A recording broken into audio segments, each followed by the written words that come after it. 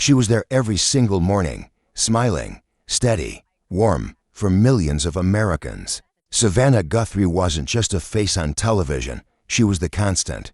The voice they woke up to before the coffee finished brewing. The presence that made the world feel a little more manageable, before the day had even really started. And then, almost without warning, she wasn't there anymore. The seat was filled. The show went on. But something felt different. Something in the rhythm of it was off. In the way a familiar song sounds wrong when one instrument goes missing. And the people who had watched faithfully, who had tuned in week after week for years, started asking the same quiet question. Where did she go? NBC eventually spoke. They released a statement. They offered an explanation. But statements have a particular way of answering one question while quietly opening three more. And this one was no different, because at the very same time that news was circulating about Savannah's future at Today, something else was also moving through the conversation. Something more personal. Something that had nothing to do with television contracts or network strategy or morning show demographics. Something involving her mother. The questions started quietly. Then they grew louder. Details that didn't quite sit right. A story that hadn't fully been told yet. This isn't a piece about celebrity gossip. It isn't about ratings wars or anchor rivalries or who gets the better light on a studio set. This is a story about a real woman navigating the full weight of public life, while something deeply private was pulling at her from the inside. And the more carefully you look at the complete picture, not just the official version, but all of it, the more you realize that what NBC revealed was only ever one part of it. The rest runs much deeper than any press release was ever going to go. There's a particular kind of trust that forms between a television personality and their audience. It isn't like the trust between old friends or the quiet understanding within a family. It's more fragile than either of those things. It builds slowly, through repetition, through reliability, through the unspoken promise that this person, whoever they are on screen, will be there tomorrow in the same way they were there today. Savannah Guthrie built that trust over more than a decade. She joined NBC News in 2011, first as a co-host on Today, then as lead anchor, eventually becoming one of the most recognizable faces in American morning television. She moderated presidential debates in front of tens of millions of viewers. She landed interviews that other journalists couldn't get near. She sat across from world leaders, celebrities, survivors, and whistleblowers, and she held her ground in every single one of those conversations, without ever making it feel like a performance. But what people often remember isn't the landmark moments. It's the smaller ones. The way she laughed with her co-hosts in that easy, unforced way. The way she handled breaking news with steadiness instead of panic. The way she occasionally let something real slip through, a flash of genuine emotion. A moment where the professional polish briefly gave way, and how those moments, more than any polished segment ever could, made the people watching feel like they actually knew her. She was open about her private life in ways that many journalists in her position simply aren't. She spoke about her faith. She talked about her marriage to Michael Feldman, about raising their two children, about the complicated balancing act of building a demanding career at the same time as a family. None of it felt performed. It felt like something she genuinely wrestled with and decided, carefully, to share. That openness created something powerful between her and her audience. It created loyalty, the deep, durable kind that doesn't disappear after a single bad show or a week of absences. So when she started appearing less on Today, when the gaps became more frequent, and the explanations became noticeably vaguer, the people who cared about her noticed immediately. Not in an anxious or conspiratorial way, more in the quiet way that you notice when someone close to you seems somehow less present than they used to be. Something had shifted, even if nobody could name exactly what it was yet. They started reading between the lines of official language. They started paying attention to what wasn't being said as much as what was. And they started connecting small, seemingly unrelated details that, placed side by side, told a story considerably more complicated than any network statement was designed to contain. To understand why all of it landed the way it did, why it hit so hard, even for people who'd never met her, you have to go further back. Back to before the cameras and the contracts and the morning show fame. Back to who Savannah Guthrie actually was before any of that existed. She grew up in Tucson, Arizona. Her family wasn't wealthy or politically connected. Her father died when she was young, a loss that, by her own account, permanently shaped the way she thought about time and about what genuinely mattered. Her mother, Nancy Guthrie, became the defining presence in the household after that, the one who held the structure together, the one who made sure the family kept moving forward, even when the weight of grief was heavy enough to stop everything. Over the years, Savannah spoke about her mother with a very specific kind of reverence, not the polished, award speech kind, where a celebrity thanks their parents in carefully crafted sentences. Something quieter than that, more specific, the kind of deeply detailed gratitude that could only come from someone who had genuinely paid attention to what was sacrificed for them. Nancy Guthrie was never a public figure. She didn't seek visibility or recognition, but she was, by every available account, an enormous force in Savannah's life, an anchor in the private and most essential sense of the word, even as her daughter became one in the professional sense, that the whole country would come to recognize that history matters enormously. It matters because what came later, the questions that would begin to surface around Nancy's circumstances, arrived against that specific backdrop, against a relationship Savannah had never hidden, never downplayed, and never treated as incidental. Meanwhile, on the surface, professionally, everything appeared to be functioning exactly as it should. Today was performing solidly. Savannah's profile within the network was high. NBC had every visible reason to keep the current arrangement exactly as it was. She was one of the most valuable people on that set, and the people running the network understood that clearly. But television is a business before it is anything else, and businesses evolve whether anyone outside wants them to or not. Priorities shift, budgets get restructured, and sometimes the people who appear most untouchable are precisely the ones who end up at the center of the largest decisions. Nobody watching from outside could see the conversations taking place behind closed doors at 30 Rockefeller Plaza, but certain people inside the building were becoming aware that something was in motion, that the structure of today, the lineup, the contracts, the long-term direction of the program itself was being quietly re-examined. Savannah, for her part, kept showing up. She kept doing the work. She kept being exactly who she had always been on that set, warm, professional, present. But presence, when you look at it long enough, can function as its own kind of armor. And armor, worn for long enough without rest, eventually starts to feel indistinguishable from skin. The first visible signs came through in the form of absences. Small ones, at first. A single day gone here, a week there. Guest hosts stepping in without much explanation. The kind of thing that happens all the time in live television and almost never signals anything meaningful.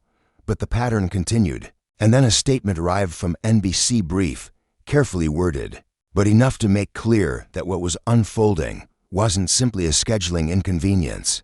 According to reports circulating at the time, the network had been engaged in internal discussions about the future shape of the Today Show. Those discussions, sources suggested, were touching on questions about anchor roles, about which format would best serve the program going forward, and about what structural changes, if any, were under serious consideration. Savannah's name was consistently at the center of those conversations. Networks are extraordinarily careful with language when it involves talent of this visibility. But carefully chosen language has a way of producing more unease than blunt language ever does, because it creates space for imagination. And imagination, given an opening, will almost always fill that space with the most unsettling version of events possible. Viewers began to speculate openly. Industry analysts weighed in. Longtime fans of the show expressed real concern across social media. The conversation grew louder, and NBC, as it typically does in these situations, let the noise build for a while before responding. When the network finally did respond, the statement confirmed that changes were coming to Today. It acknowledged that Savannah's role was being examined as part of a wider look at the show's direction. It neither confirmed she was leaving nor confirmed she was staying. It rested precisely in the middle ground, which, in television terms, usually signals either that the final decision hasn't been locked in yet, or that it has been made and the timing of the announcement is still being managed carefully. What it confirmed, between every line, was that the era of complete stability, the decade plus of Savannah Guthrie as the settled, unmovable center of today, was at minimum being seriously questioned for the first time. For the audience that had built their mornings around her, that alone was enough to feel like the floor had shifted. And if the timeline of events is traced carefully, this professional uncertainty was arriving at almost precisely the same moment that something far more personal was beginning to demand her full attention. There is a version of this story that exists entirely within the world of television industry news, contract negotiations, corporate strategy, morning show ratings, and the slow, grinding question of whether live broadcast television can remain genuinely relevant in a media landscape that has been fundamentally restructured by streaming. That version is real, and it matters, but it only tells half of what was actually happening, because around the same period that NBC's internal reconsiderations of today were becoming difficult to ignore, questions began to emerge publicly around Savannah's mother, Nancy. The nature of those questions touched on deeply personal ground, the kind of circumstances that, regardless of how public someone's life has been, or how practiced they are at maintaining composure under pressure, cannot be navigated with anything approaching ease. Details about the specific nature of what was happening with Nancy Guthrie have remained limited. Savannah herself has not addressed the situation publicly in extensive terms, and it would be wrong to reach beyond what has actually been reported or observed. What can be said, based on what various sources have noted over time, is that the situation was significant enough to register, significant enough that people close to Savannah were aware of it, significant enough that it was not a quiet, manageable thing sitting unobtrusively in the background of an otherwise steady life. When someone you love is facing something serious, something that demands your time, your decisions, your presence in a way nothing else can, the professional world does not pause to accommodate it. The cameras don't stop. The meetings don't reschedule themselves out of consideration for what you're carrying. The expectations of millions of people who depend on you for the consistency of their mornings do not make exceptions. For private grief or private fear, most public figures caught in that specific position respond in one of two ways. They compartmentalize with total discipline, continuing the performance with such precision that no one outside their inner circle has the first idea what's happening beneath the surface, or they begin to show small fractures, brief, almost invisible moments where the sheer weight of carrying two worlds simultaneously becomes visible to anyone paying close enough attention. Those who watched Savannah carefully during this particular stretch noted something quieter about her. Not a dramatic shift, not visible distress of the kind that demands public concern, but something was heavier. Something in the texture of her presence had changed in a way that was hard to describe and harder to dismiss. The professional uncertainty and the personal weight weren't arriving separately, in a sequence that would have allowed for adjustment. They were arriving together, at the same time, from different directions. And that combination, the public question of a career built over a decade, and the private question of someone she loved deeply, created something genuinely difficult to hold for anyone, regardless of how composed they might appear from the outside. When NBC eventually made a more formal, definitive statement about Savannah's future, it accomplished several things at once. It ended one category of speculation, it opened another, and it placed her in a position that, depending on how it's read and who is doing the reading, could reasonably be understood as either a considered mutual transition or as something closer to a significant reduction of status. Dressed carefully in collaborative language, according to reports, the network confirmed that adjustments were being made to the anchor structure of today. Savannah would remain connected to NBC in some capacity, but the nature of that connection, the daily presence, the primary seat, the consistent and visible centrality to the program would be changing substantially. For some observers, the framing held. It was presented as an evolution, a natural shift that both sides had, in some meaningful sense, agreed to and participated in shaping. For others, particularly those with a detailed understanding of how major networks operate internally and of what the power dynamics within talent negotiations actually look like. The language felt managed in ways that didn't fully reflect the reality, because these announcements rarely emerge from a place of genuinely equal negotiation. They tend to emerge from a place where one party holds considerably more leverage than the other, and the careful construction of press releases exists, in significant part, to smooth over that imbalance in the public account. What the announcement could not smooth over was the emotional reality it created for the audience. Millions of people had started their days with Savannah Guthrie for more than 10 years. That kind of relationship, even the entirely one-sided, parasocial version of it, accumulates real weight over time. The news that it was ending, or even changing substantially, produced something that felt genuinely like loss for a lot of people. A quiet, low-grade grief for something they hadn't fully realized they were counting on. But the announcement also did something else, perhaps without intending to. It directed attention to the timing of everything. It invited people to look at the full picture at once, the professional transition, the questions circulating around her mother, the sense that a woman who had always appeared completely grounded was now navigating significant uncertainty from multiple directions simultaneously. And that fuller picture, the convergence of professional disruption and personal weight, was what made this story feel fundamentally different from an ordinary television industry story.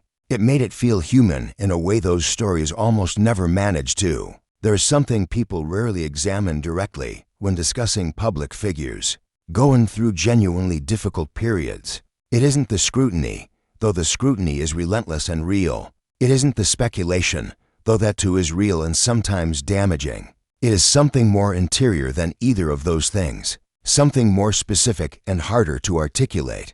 It is the particular experience of being watched closely while you are in pain. Savannah Guthrie has spent her entire professional life being watched. She chose that life. She built it deliberately, with skill and considerable effort, over many years. There is no question that she understood, long before any of this period began, that choosing a public life means surrendering a meaningful degree of privacy in exchange for the platform and the influence that come with visibility. But understanding that, intellectually, is an entirely different thing from living inside it during a moment when the things pressing down on you are not things you chose to make part of your public narrative, not things you decided to share, things that simply arrived, the way loss arrives, the way fear arrives, without consulting you, without giving you the chance to frame them on your own terms first. When someone you love is going through something serious, there's a particular and very specific kind of loneliness that settles in. Not because you are literally alone. You may be surrounded by people who care deeply, but because the full interior weight of what you're carrying doesn't translate cleanly into language. The people around you, however kind, however genuinely present, are experiencing something adjacent to what you're experiencing. The grief itself, the specific fear of it, the anticipatory heaviness, those belong to you in a way they cannot fully belong to anyone else. Carrying that, and then sitting in front of cameras, delivering the news, conducting interviews, maintaining precisely the warmth and the steadiness and the professional reliability that millions of people have come to expect from you without ever knowing what it's costing, that requires something that doesn't have a clean, simple name. It is a form of endurance that lives entirely beneath the surface of the performance, invisible to everyone watching, and quietly exhausting to the person sustaining it. No official conclusion has been reached about the full circumstances surrounding Nancy Guthrie. Questions have been raised, details have been noted by those paying attention, but the complete picture remains private, as it perhaps rightly should. What has been observed is that the timing of everything placed Savannah in a position of extraordinary and compounding demand. A woman who had always projected the image of someone who had it together, moving through a period where the foundations were being tested from every angle at the same time. How she navigates what comes next, professionally, personally, in whatever combination those two things take, is still unfolding. But the full weight of what she has been carrying is only now becoming visible to the people who believed, for a long time, that they already understood what they were looking at. Some stories arrive at a point where the natural instinct is to draw them closed, to deliver a conclusion, to offer the audience something tidy, a final meaning, a resolved tension, an answer that makes the whole arc feel complete.